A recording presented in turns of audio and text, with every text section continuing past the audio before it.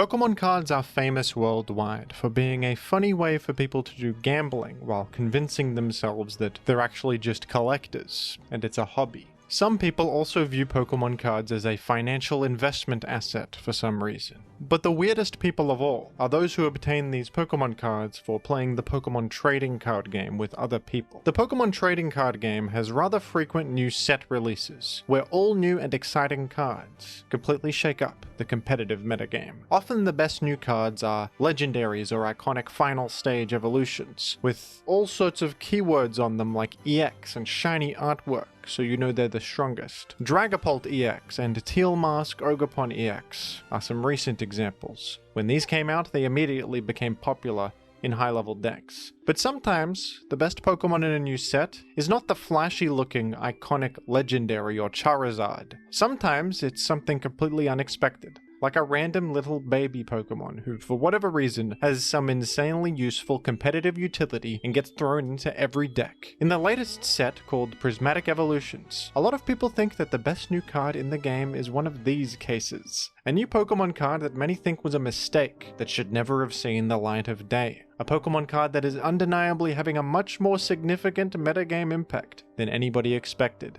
And that card is Budew. Here comes the Budew.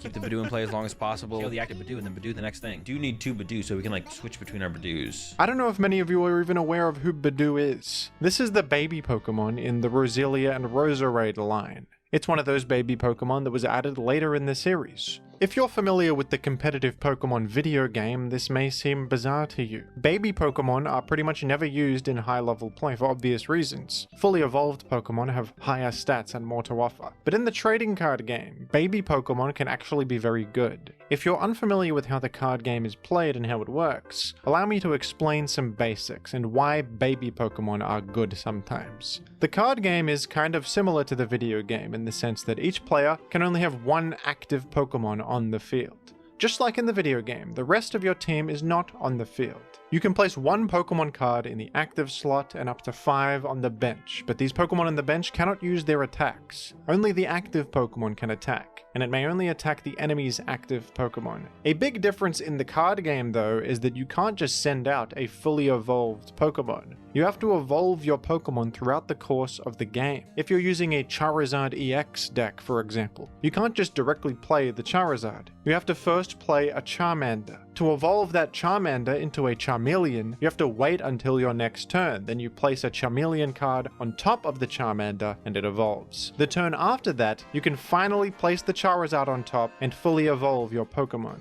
Many of the best decks in the game revolve around starting out with a weak baby Pokemon and slowly evolving them one by one each turn until you have your powerful, fully evolved Pokemon that can start dishing out huge damage. But that obviously takes a significant amount of time. The initial Charmander you play is pretty useless. It might have a weak attack it can use, but that will rarely achieve anything.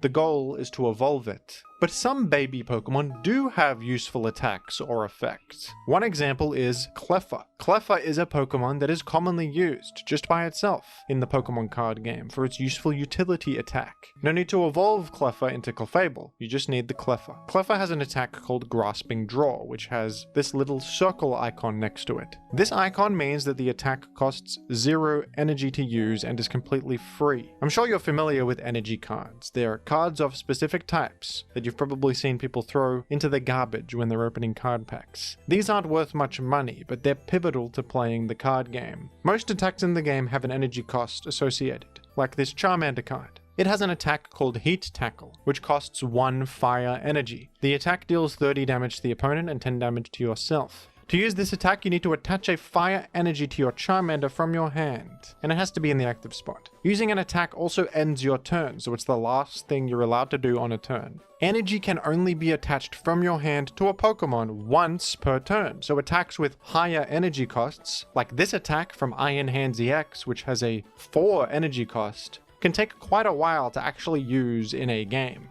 Some item cards allow you to attach energy to your Pokemon in different ways to use those big attacks, but you'll often find yourself just slowly attaching energy one by one every turn to prepare for an attack in the future. So any Pokemon that has a good zero-cost attack is very useful. Clefairy's free attack Grasping Draw, when used, allows you to draw cards from your deck until you have 7 in your hand. It doesn't deal any damage, it's just a utility effect to help you get more cards from your deck and find useful stuff you need.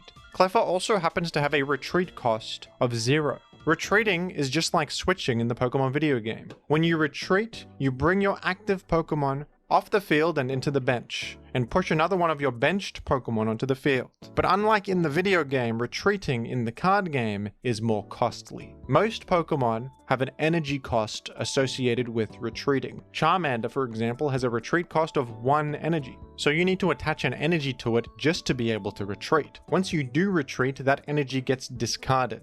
Retreating costs you an important resource, and you can also only retreat a single time per turn. Sometimes a Pokemon that you don't want on the field can be stuck there because their retreat cost is too expensive and you don't have enough energy to get them to safety. Iron Hands EX has a whopping 4 energy retreat cost and can be clunky to use as a result. Clefairy, on the other hand, is the opposite of clunky. This is a baby Pokemon, so you don't need to spend a bunch of time evolving it. And to use its useful attack or retreat it from the field, you don't even need any energy. Now you understand why Clefairy is so good even though it's a baby Pokemon. Clefairy is useful on its own without any of these other cards required to get value out of it. Now let's go back to Budew, why don't we? Budew is very comparable to Clefairy in its use as a utility baby Pokemon. It too has an attack that is completely free to use with no energy cost, and it has a retreat cost of 0, making it easy to fit into a deck. So what does Budew's attack do? This is the insane part, folks. Budew's free attack will deal 10 damage to the enemy, actually pretty decent for a free attack. And on top of that, Budew's attack also prevents your opponent from using any item cards at all on their next turn. This effect on a 0-cost attack is absolutely insane. In the Pokemon card game, there are 2 types of utility cards you can use: supporter cards and item cards. Supporter cards are the most powerful ones, and you can only use 1 supporter card per turn. These have strong effects like searching your deck for multiple cards, or forcing your opponent to change their active Pokemon, or drawing a bunch of cards. Item cards, on the other hand, are a bit weaker than supporter cards, but they can be used as many times as you like in a turn. Item cards are the lifeblood of a Pokemon deck and absolutely pivotal to getting anything done on your turn. There are various Pokeball themed item cards that summon specific Pokemon you need from your deck and put them into your hand or onto the bench. Item cards like Rare Candy can be used to skip a Pokemon's middle stage evolution and evolve right into the final stage. Charizard decks commonly use this to get Charizard active as soon as possible. Item cards are the most played cards in Pokemon, and your turn is often going to consist of playing a bunch of item cards to get all your Pokemon in the field and progress your game plan forward towards a victory. Getting completely locked out of using any item cards is an insanely powerful effect that shuts down the most commonly used card type in the game. This simple free attack from Budew can sometimes leave you completely helpless with absolutely nothing to do on your turn except pass.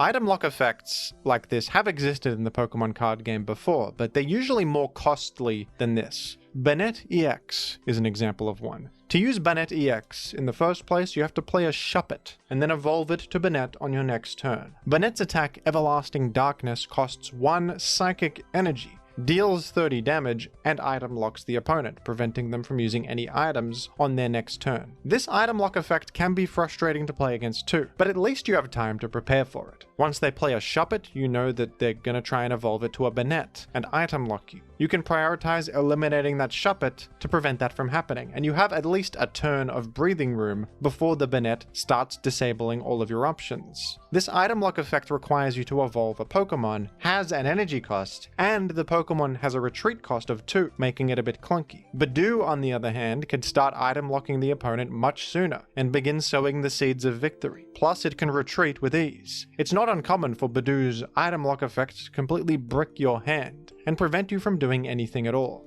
And the fact that Budew can be thrown into any deck without needing a specific kind of energy to activate it, or investment to build towards this powerful item lock effect, is what makes it so ridiculous. At least Budew does have the significant drawback of its very low 30 HP. Knocking out a Budew is very easy, and almost anything can do it with even a weak attack. But item locking is such a powerful effect that this low HP doesn't feel like enough of a drawback in the eyes of many players. I must admit that I am not the biggest fan of Budew's design. I don't think such an uninteractive effect like item locking should be so easy to pull off, and so non-committal to throw into any deck. Cleffa is a similar fluid utility Pokemon that's easy to put into decks. But Cleffa's free attack serves to increase your own options and improve your own consistency. After drawing cards with it, your turn also ends, meaning Cleffa isn't enabling any ridiculous combos or frustrating situations. Cleffa's draw effect is great, but it feels appropriately balanced for a free attack on such an easy to throw in card. And I think the effect on Budew's free attack is a little bit too powerful for what it is. Whether we like it or not, it seems Budew is here to stay for quite a while. And I'm sure gamers will learn to adapt to its presence in some way. But there's no doubt that Budew is one of the most powerful and controversial new cards in the Prismatic Evolutions set. And it is a prime example of the differences between the video game and the card game. In the video game, baby Pokemon are almost always useless, but in this alternate world, they can not only be good, they can warp the entire universe around themselves. It's Budew's world, and we're living in it. What do you think about Budew's reign of terror? Is this all a bit of an overreaction? Or are you pleased about the fact that this random baby Pokemon has been given one of the most powerful effects in the game? There's definitely some comedy to that. What is your favorite Pokemon card that is much better than its video game counterpart? I would have to go with Clorf, who is really having its day in the card game right now. Let me know yours down below in the comments, and thank you for watching.